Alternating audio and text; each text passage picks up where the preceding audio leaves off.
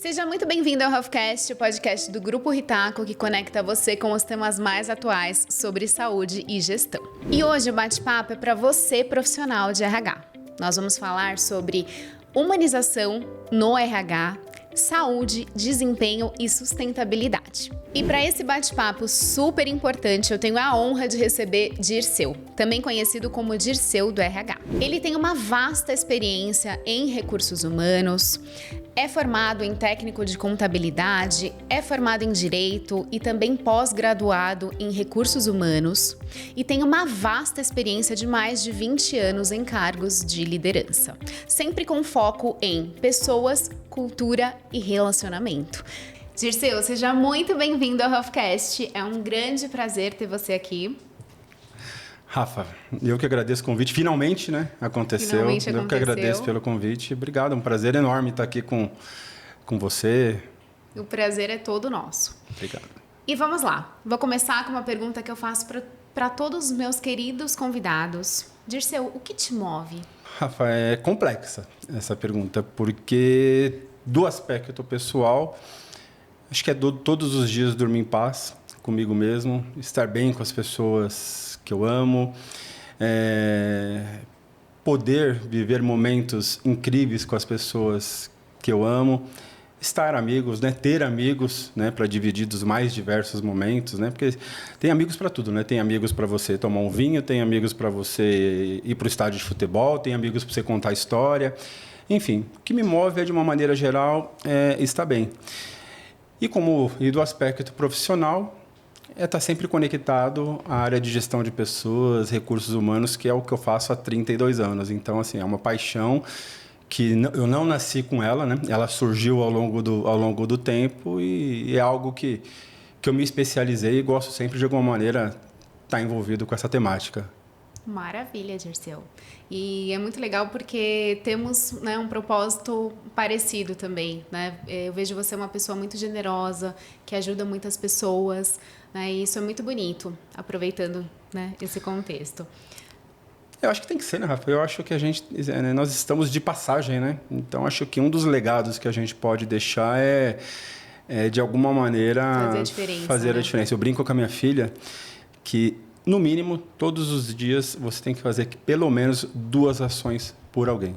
No mínimo, 2 ações por alguém. Que legal. Aí, quando a gente está junto, né, a gente até brinca com a filha, eu já fiz a primeira de hoje, e a sua? Né? Então, assim, eu acho que são legados, né, que você vai deixando. Com certeza. Muito legal. E vamos falar sobre humanização no RH? Queria que você falasse pra gente, Dirceu, por que a humanização no RH ela não é uma gentileza, mas sim uma estratégia? Rafa, quando você me convidou para falar sobre esse tema, eu fiquei pensando assim em 2 vieses, né? Um viés de gestão de pessoas, que é aquela questão do dia a dia, aqueles diferenciais que as empresas conseguem oferecer para os seus empregados. Mas eu tentei trazer essa reflexão mais para o aspecto voltado à saúde. Então, assim, quando nós falamos em humanizar, a própria palavra ela já se resume, né? É você humanizar, você colocar sempre as pessoas à frente dos processos, ou, no mínimo, ao lado dos processos. Então, as pessoas elas sempre têm que ser tratadas de uma maneira prioritária. E quando a gente está falando especificamente em gestão de saúde, ela acaba sendo não só uma questão de respeito, né, no aspecto humanizar, mas acaba sendo uma questão estratégica para a organização também.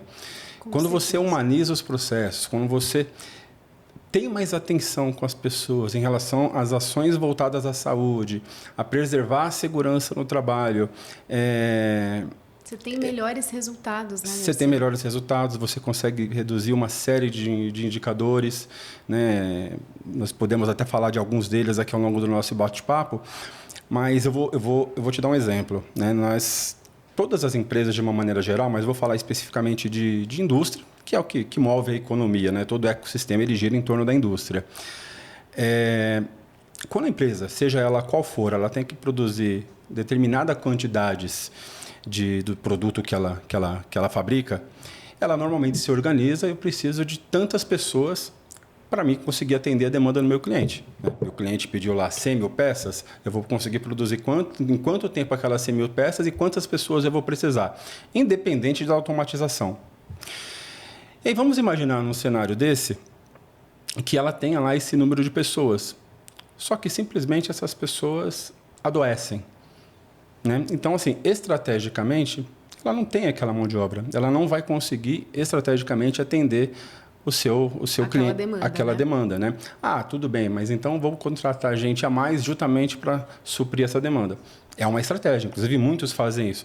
Só que você vai ter um custo... É melhor você cuidar dessas pessoas que estão lá, né? Exato. Ao invés de pensar já que vai ter mais pessoas, vai ter que contratar mais pessoas caso aquelas fiquem, não consigam dar conta, né? E tem um detalhe, Rafa, as empresas, elas não adoecem, né? Quem adoecem são as pessoas. E são as pessoas que trazem resultado para as empresas. Então, assim, humanizar dentro desse contexto acaba sendo um investimento que volta em prol da própria empresa. Então, assim, é algo que, num primeiro momento, aparenta ser uma despesa, mas é um grande investimento, porque isso, de uma maneira ou outra, retorna das mais diversas formas, né, que provavelmente a gente vai falar aqui ao longo do bate-papo. E a gente fala, Dirceu, dentro do Grupo Ritaco, que a gente cuida, né, um dos nossos valores é paixão por cuidar, né, e é justamente isso. A gente cuida das pessoas, porque a gente sabe que pessoas mais felizes, mais saudáveis, elas performam mais também, né? Então, a gente tem esse olhar muito humanizado e eu acho que é muito legal trazer aqui também, porque as empresas têm muito desconectado. Não, uma empresa muito humanizada não traz resultados. E eu acho que, assim, não é por aí. Muito pelo contrário, né? Nós somos uma empresa extremamente humanizada e a gente entrega muito resultado. Então, dá para ser as duas coisas, né? E isso é cultura também, né, Dirceu? É cultura. Isso é cultura. É cultura, Rafa. É cultura. Eu acho que não deveria ser, né? Acho que deveria ser uma questão meio que humanitária até, né? Você sempre poder fazer o melhor para as pessoas dentro das suas possibilidades. E quando eu estou falando melhor, gente, eu não estou falando de investimento, não é dinheiro, não é benefício, não é nada disso. Às vezes, você só chamar a pessoa pelo nome, a pessoa já se sente, se sente diferente. Comunicação, né? Comunicação, na minha opinião, é um dos maiores problemas das empresas. Muitos ruídos, eles acontecem dentro das empresas por falha de comunicação. E só o fato de você participar as pessoas do que está acontecendo dentro da empresa, seja notícias boas ou ruins, tá? Mas só o fato de você participar as pessoas dentro da empresa já é uma forma de você deixá-las cientes e elas se sentirem participando do negócio de alguma forma também. Com certeza, Dirceu. Essa parte da comunicação, de ser uma comunicação eficiente, faz todo sentido até para passar notícias que às vezes não são tão boas também, né? E essa proximidade, né, a gente fala muito isso porque dentro do Grupo Ritaco a gente faz uma reunião com a empresa inteira uma vez por mês, né? Chama All Hands. Então a gente passa todos os comunicados nesse momento. E eu e o Mar, a gente sempre participa. Então, é um momento que a gente está lá com todos os líderes, com todos os estagiários, com todos os colaboradores. Né? E é um momento da gente celebrar as nossas conquistas, de passar alguns pontos de atenção onde a gente precisa, né, melhorar e também de falar sobre novidades, comunicados. Então, é um momento de engajar a empresa inteira, de mostrar para onde que está o nosso olhar, como é que estão os resultados, onde estamos, onde iremos chegar, e isso faz muita diferença. Rafa, é aquele jargão, né? Como que a pessoa vai saber qual que é o melhor caminho, sendo que ela não sabe nem onde tem que chegar? Então, se ele não sabe quais são as metas, quais são os objetivos, qual que é a cultura da empresa, o que que é eu sei quais são os diferenciais da Ritaco. Mas se o empregado que estiver lá dentro ele não estiver conectado com a cultura de vocês... Como que ele vai transbordar isso para o cliente? Exatamente. Né? Como é que vai ser a experiência do cliente em relação a isso? Então, assim, parabéns. Eu não sabia que vocês faziam isso, mas para mim faz toda a diferença. Faz toda a diferença. Sim, faz toda a diferença. Você para a operação lá por, sei lá, meia hora, uma hora, não sei quanto tempo. Mas você consegue conectar todo mundo. Sim, e a gente vê que é um momento especial, que todo mundo fala, nossa, a gente, né? Então, todo mundo se prepara para aquele momento. É bem legal. E é um momento em que eu e o Mar estamos presentes, né? Então, e todo mundo tem oportunidade de falar também. A gente chama todo mundo para falar sobre a cultura, sobre os valores. Então, é um momento da gente realmente se conectar ali. E É muito legal porque isso fortalece a nossa cultura, né? E quando a gente fala em cultura, a gente está falando no dia a dia, no que a gente realmente vivencia, né, Dirceu? Você conecta, né? Você conecta, né? E além de conectar, porque, querendo ou não, lá atrás, eu e o Mar, a gente atendia todos os clientes, né? Hoje não somos mais nós que fazemos isso. Então, a gente precisa cuidar do nosso time, a gente precisa que eles estejam alinhados, porque eles que vão transbordar, eles que vão comunicar, né? E a nossa missão é entregar a melhor experiência. Então, a gente precisa que os nossos colaboradores estejam preparados para isso. Sim, né? Sim. E se eles não estiverem alinhados com o que você e o Matheus pensam, aí fica complicado. E eu sei, porque nós já conversamos isso em outra oportunidade. Eu até brinquei com você uma vez, né? Rafa, é incrível como as pessoas que trabalham no Grupo Ritaco, como elas se parecem no sentido de atendimento, de educação, de gentileza. Mas por quê? Porque isso ele vem de cima para baixo. E eu fico muito feliz. Vem de cima para baixo. É incrível. Isso é muito legal. A gente realmente a gente recebe esse feedback. Esses dias o professor Rui fez um certificado digital e ele falou: Rafa, fiz a videoconferência com uma mocinha que falava igualzinho você, o mesmo jeitinho. Então é muito legal isso, né? Acho que provavelmente não vai dar tempo como eu conheci a Ritaco, mas eu posso te falar, posso te afirmar. Eu conheci a Ritaco, conheci você primeiro, né? Depois conheci o Matheus, depois nos tornamos parceiros de negócio, né? Vocês acabaram sendo fornecedor da empresa que eu trabalhava. Mas acredite, não sei se eu já falei isso para você e para o Matheus, mas quem fidelizou a Ritaco não foi nem você nem o Matheus, foi uma das suas funcionárias. A maneira com que ela conduzia, né? A maneira que ela tratava e ela resolvia os problemas, foi ali que eu comecei a observar o quanto vocês eram diferentes, né? E ela é incrível. É muito legal isso. Dirceu, vamos voltar... Ela sabe quem é, tá? Eu também sei quem é. Dirceu, vamos voltar para os indicadores que melhoram o RH? Quando a gente torna esse RH mais humano? Na verdade, são turnover, né? É a entrada e saída de pessoas. Com certeza, o turnover é um deles. Na medida que as pessoas se sentem mais satisfeitas dentro do ambiente de trabalho. Tem muitas empresas, Rafa, que eu conheço, que a pessoa ela não está na empresa pelo salário, ela está na empresa pelo clima organizacional. Então, assim, e o clima organizacional, ele diz muita coisa, né? Onde você se sente bem, onde você,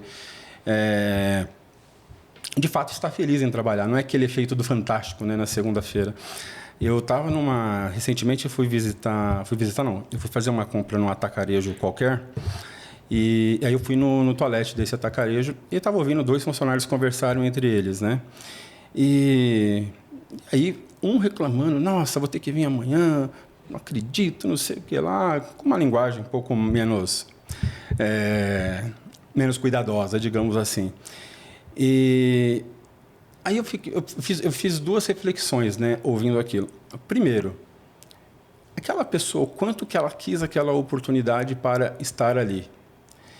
E segundo, será que ela pensa, aquela empresa que está pagando o salário dela, o quanto que a imagem está sendo, de alguma maneira, tendo um arranhãozinho ali, porque naquele caso eu era um cliente, né, ouvindo a questão.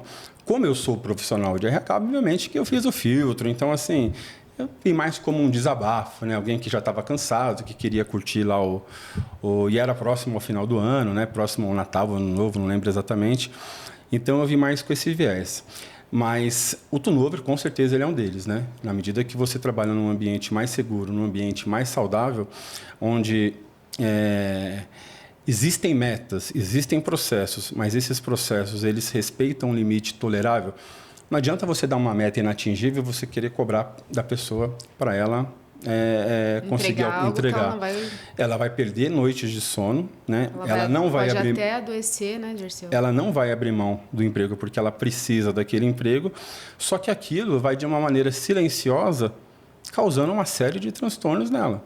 né? Ansiedade, um burnout, uma depressão. Isso vai gerar um afastamento. Ou a própria demissão, né? A própria saída dela, que vai acabar na primeira oportunidade saindo da empresa. Então, o turnover, com certeza, é um deles. Outro, o clima, né, que eu acabei falando, o clima organizacional, o absenteísmo. O absenteísmo, ele é, eu acho que, um dos desafios das empresas hoje, a questão do absenteísmo. Então, assim, quanto mais prevenção, quanto mais ações preventivas a empresa puder fazer para que essas pessoas não se afastem, seja por qual motivo for, nós falamos no início aqui do nosso bate-papo de produtividade, né? Sim. São mais produtividades diretamente para a empresa. Indicadores. Acho que a questão dos indicadores relacionados à produtividade, né? À qualidade, porque tem situações, você produz, você até consegue atender a demanda, né? Naquele exemplo que eu dei do cliente, mas com qual qualidade que isso é feito, né? Sob pressão. Né? Será que aquele ser humano está preparado, né? Com equipamento ou não, para produzir 10 mil peças por dia, 10 unidades por dia, seja do que for? Ou será que a capacidade é de 7 mil peças? Então, assim, e obviamente, não tem mágica.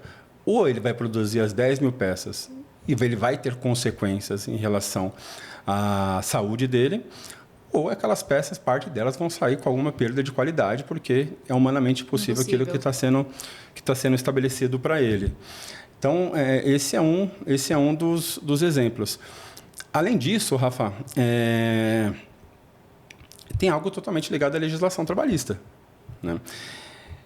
A legislação trabalhista, ela tem algumas regras, falando de uma maneira geral, tá? Eu sei que existem convenções coletivas específicas, existem segmentos específicos, existem as suas exceções, mas falando de uma maneira geral. Quando a legislação trabalhista, ela estabelece lá que você pode trabalhar até 8 horas do dia e, no máximo, até mais 2 horas. Ou seja, a carga horária máxima, via de regra, são 10 horas por dia. Isso existe um porquê. Quando a legislação ela estabelece que você tem que ter pelo menos uma folga semanal, né? Hoje se fala muito até de acabar com 6 por 1. Né? Essa é uma outra discussão, talvez para um outro podcast. Sim. Mas, assim, existe um porquê por trás disso.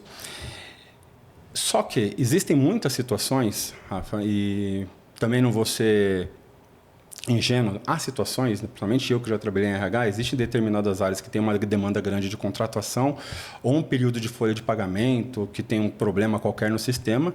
Quantas vezes, né, eu já virei madrugada resolvendo problemas? Só que isso são exceções. Quando as empresas começam a tornar isso como rotina, o empregado trabalhar lá 14 horas por dia, onde a legislação permite 10, todos os dias da semana, ele não tem a folga dele lá para ele ter o repouso, para ele ter o descanso, ou mesmo para ele ter um convívio social com a família dele. Então, tudo isso ele vai trazendo uma série de prejuízos. Isso depois, como que você consegue, já que você perguntou de indicadores? Existem indicadores hoje que as empresas monitoram, pelo menos as grandes empresas, que é a questão do passivo trabalhista. Com certeza. Quantos de processo você teve relacionado a doença ocupacional, a desgaste, a burnout, enfim, em decorrência da questão da saúde dentro da empresa, movimentos repetitivos, né? É uma empresa que não toma aquele cuidado para que as pessoas tenham um revezamento, né? Para que não fique o dia inteiro, olha, levantando e baixando essa caneca. Então, assim, tem uma série de indicadores que você consegue monitorar que isso acaba voltando para a própria empresa, como resultado para a própria empresa. Com certeza. E, Dirceu, qual que é a relação entre a cultura organizacional e a sustentabilidade do negócio? Então, a cultura, acho que eu até já falei um pouquinho sobre isso, Rafa. Primeiro, assim, depende muito do que a pessoa espera em relação ao seu negócio. Eu dei aquele exemplo daquela empresa que todos os dias o RH tem uma agenda com o CEO, como tem muitas empresas que o RH não consegue nem contato com a alta direção. Então, isso ele tem muito, muito a ver com aquilo que a empresa, de fato, quer entregar, qual a experiência que ela quer entregar para o seu colaborador. Por quê? Quem está no contato direto no dia a dia com o empregado, Rafa, via de regra, não é o RH, não é o CEO da empresa. Via de regra, quem está é o líder. Só que se a cultura organizacional da empresa ela não tem como um dos requisitos essa questão de priorizar a segurança, de priorizar a saúde, de procurar priorizar as pessoas e não apenas os processos, eu diria para você que é quase uma... as empresas que não fazem isso, se elas não fizerem por opção, elas vão acabar fazendo por obrigação. Sim. Um exemplo disso, a partir agora de maio, nós temos uma alteração na NR01, onde a saúde, doenças relacionadas a psicossociais, elas poderão, né, ser consideradas como doenças ocupacionais. Isso vai custar para as empresas. Então, assim, as próprias culturas, né, as empresas, elas vão ter que rever.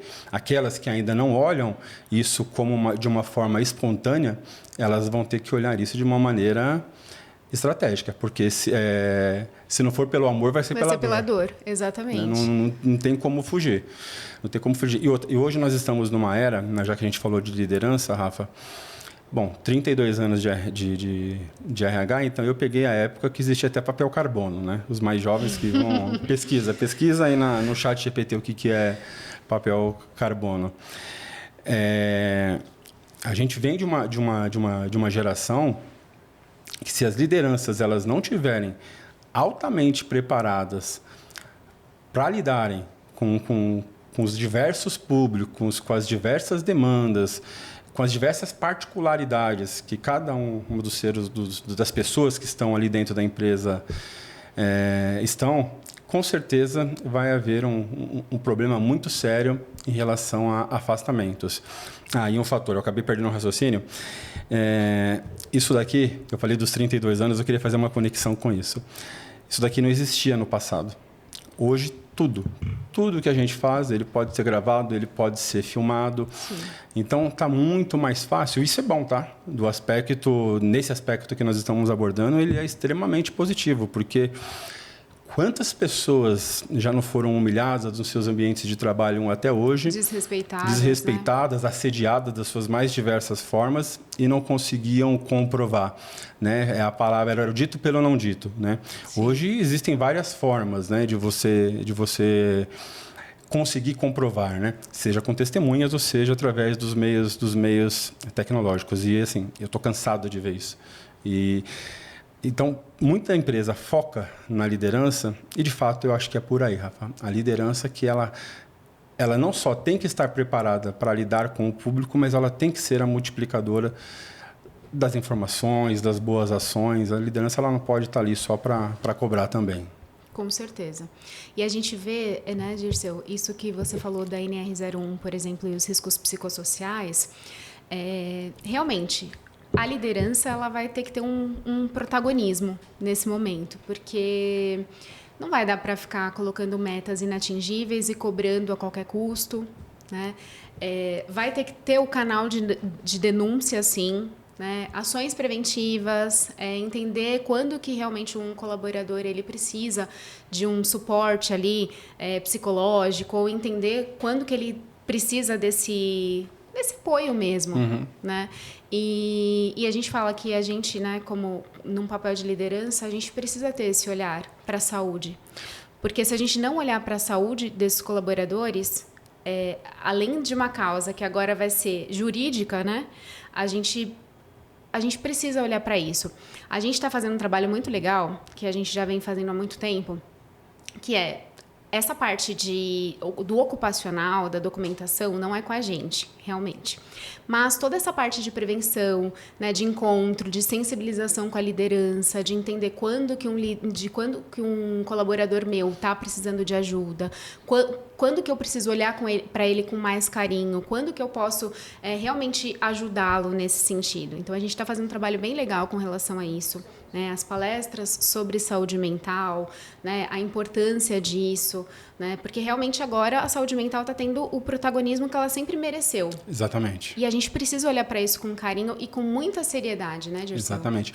E muitas vezes tem que ter sensibilidade, né, Rafa? Porque tem muitas pessoas que têm problemas, só que elas não se sentem confortáveis muitas vezes para externar esse problema. Eu falo por mim mesmo, né? Quantas vezes eu já não administrei situações que simplesmente eu falei, não, em tese, né? Eu falei, esse entre aspas, é um problema meu, eu vou ter que lidar com isso e uma hora isso vai se resolver. E muitas pessoas elas não são tão acessíveis e elas estão passando por essa dificuldade. E muitas vezes um profissional mais preparado, um psicólogo, às vezes não precisa nem ser um psicólogo de formação, mas alguém com um pouco mais de tato, com um pouco mais de sensibilidade, às vezes pode, de certa maneira, ajudar a pessoa. É aquela brincadeira que eu fiz no começo, né? Na verdade, não é brincadeira, aquilo é verdade. De ter como filosofia, no mínimo, ajudar 2 pessoas por dia. Então, não precisa ser um psicólogo. Às vezes, você... É só ouvir a pessoa. Ouvir a pessoa, você assistir a pessoa de alguma forma, você já é uma forma de colaborar. Com certeza. E, Dirceu, onde entra a corretora de saúde como parceira estratégica do RH? Rafa, boa pergunta. Bom, eu sou suspeito, né, para falar sobre isso, mas eu imaginei que ia vir alguma pergunta dentro desse... Já que a gente está falando de saúde, já que a gente está falando dessa questão preventiva, de ter um olhar mais cuidadoso para essa questão de saúde mental... Rafa, bom, você já me conhece já há bastante tempo e muitas das pessoas provavelmente que vão assistir já me conhecem também. Então, sabe o quanto que eu sou espontâneo nas coisas que eu falo. Nesses 32 anos que eu atuo em RH, eu trabalhei com diferentes corretoras, inclusive corretoras que são multinacionais. Eu costumo falar para os meus colegas de RH, se você quiser uma corretora simplesmente para negociar contrato, você pode escolher qualquer uma. Porque, assim, é uma questão técnica, valores, a operadora. Primeiro que existe pouquíssimas operadoras no mercado. É um mercado muito restrito. Então, em relação à precificação, estou falando de um contrato novo. Em relação à precificação, você não vai ter muitas surpresas, né? É aquele plano que a sua empresa pode pagar de acordo com aquele modelo e ponto final. Então, a precificação é uma questão técnica da corretora que qualquer uma vai saber fazer, porque isso é básico. Questão de uma renovação de contrato. A mesma coisa, só que aí tem as suas peculiaridades, porque cada empresa tem o seu histórico, tem a sua sinistralidade, tem a sua demanda. Então, o que eu quero dizer com isso? Se você contratar uma corretora só para fazer gestão de renovação de contrato ou para te ajudar a contratar o plano, você está perdendo dinheiro. Você está perdendo dinheiro e perdendo oportunidade. A corretora ela é muito mais, ela pode ser muito mais estratégica a partir do momento que você vê a corretora como uma consultoria e não simplesmente como uma corretora de saúde, né? Vou dar um exemplo para vocês. Não faz sentido. Quem que faz a gestão da saúde da empresa? Normalmente não. É o médico, a médica, é o SESMIT, é o pessoal que cuida de saúde ocupacional, seja ele interno ou seja ele externo. Muitas vezes, esses profissionais não têm nem contato com a corretora. Isso não existe, né? É verdade. O que eu penso quando você contrata uma corretora? E é por isso que há muitos anos, desde que eu conheci vocês um pouco mais aprofundado, que eu indico vocês para quem me pede. Por quê? Porque eu vivi isso, só que antes de eu ter essa experiência, eu fui ver no mercado se tudo aquilo que vocês propagavam era verdade. E eu vivi na pele isso daí. E assim, Rafa, o que é ser estratégico? Primeiro, você estar próximo do SESMIT da empresa, você ter um sistema de tecnologia que você consiga fazer um mapeamento junto com as operadoras. Por que as pessoas estão utilizando tanto? Quais são as maiores incidências? Por que ela está utilizando tanto os serviços de ortopedia ou serviços de psicologia, psiquiatria? Com a corretora fazendo esse trabalho, esse mapeamento, junto com o departamento, porque tem que ser um trabalho em várias mãos. Também não adianta achar que a corretora vai fazer milagre porque ela não está no dia a dia da empresa. Tem que ser um trabalho de várias mãos. Com todo esse mapeamento e um pouquinho de boa vontade de todos os lados, você consegue muitas vezes fazer ações preventivas que às vezes acaba você evitando, não todos os afastamentos, né? Porque tem questões que não tem como, mas você consegue muitas vezes diminuir com ações preventivas, diminuir esses afastamentos. Então, esse é um ponto, né? Você ter uma corretora que tenha tecnologia e consiga utilizar essas informações. Segundo ponto, ações dentro da empresa. se fazer uma campanha de alimentação saudável, uma campanha de... pode ser uma campanha relacionada a alcoolismo, ao tabagismo, a qualquer... Enfim, a corretora ela pode te ajudar, algumas, nem todas, né? Ela pode te ajudar a fazer isso. Tem que ser um trabalho de várias mãos. Por isso que você não pode ver a corretora como simplesmente uma questão comercial. Você tem que ver, na minha opinião, você tem que ver a corretora como consultoria. Como parceiros estratégicos, né? Como parceiros estratégicos. E muitas vezes, Rafa, aí é uma questão um pouco mais ampla, que eu não vou entrar nessa esfera. Dependendo do tamanho do contrato, a empresa, muitas vezes, ela consegue fazer isso até sem custo, dentro daquele própria negociação já embutida. Ou, pontualmente, de repente, ela pode fazer uma ação com um custo baixíssimo, ou utilizando a criatividade. Né? Eu sei que vocês são parceiros de uma grande faculdade aqui em Guarulhos. Por que as empresas têm que ser criativas? Poxa, é interessante para um aluno de medicina ter uma experiência em campo. É interessante para vocês levar campanhas obviamente, dentro das empresas. Sim. Por que não criar conexões, que é algo que vai ser bom para todo ecossistema? Sim. Agora, o principal deles, Rafa, eu falei da questão de ter tecnologia, né? Dessa questão das ações, da questão de ter essa conexão com o SESMIT. Agora, para mim, é o que faz a diferença. Concierge. Concierge, para mim, e foi aonde eu fui fidelizado por você. O concierge, para mim, é o que faz toda a diferença. E a Ritaco, ela tem uma característica, né? Pode ser que existam outras também, mas eu conheço a Ritaco. Ela não vai dar prioridade só para o presidente da empresa. Ela vai dar prioridade para a pessoa lá do chão de fábrica. Né? O mesmo tratamento que vai ter um CEO, vai ter um operário. E parece que é uma coisa... mas isso não faz. Gente, não faz. Quando eu falo de concierge, é você, primeiro, atender a pessoa, primeiro entendendo que ela só está te procurando porque ela precisa de algum tipo de ajuda, senão ela não estaria procurando. E muitas vezes ela está procurando, porque o assunto envolve saúde, em determinados momentos ela já está fragilizada emocionalmente. Então, a forma como ela é atendida, né, faz toda a diferença. O começo, meio e fim, ele faz toda a diferença. Então, de novo, eu insisto. E se você quer uma corretora, meus colegas de RH, empresários, para negociar, qualquer uma serve, porque tecnicamente é uma obrigação até de formação do corretor saber falar sobre isso. Agora, se você quiser realmente um parceiro de negócio, aí você tem que achar a empresa certa, né?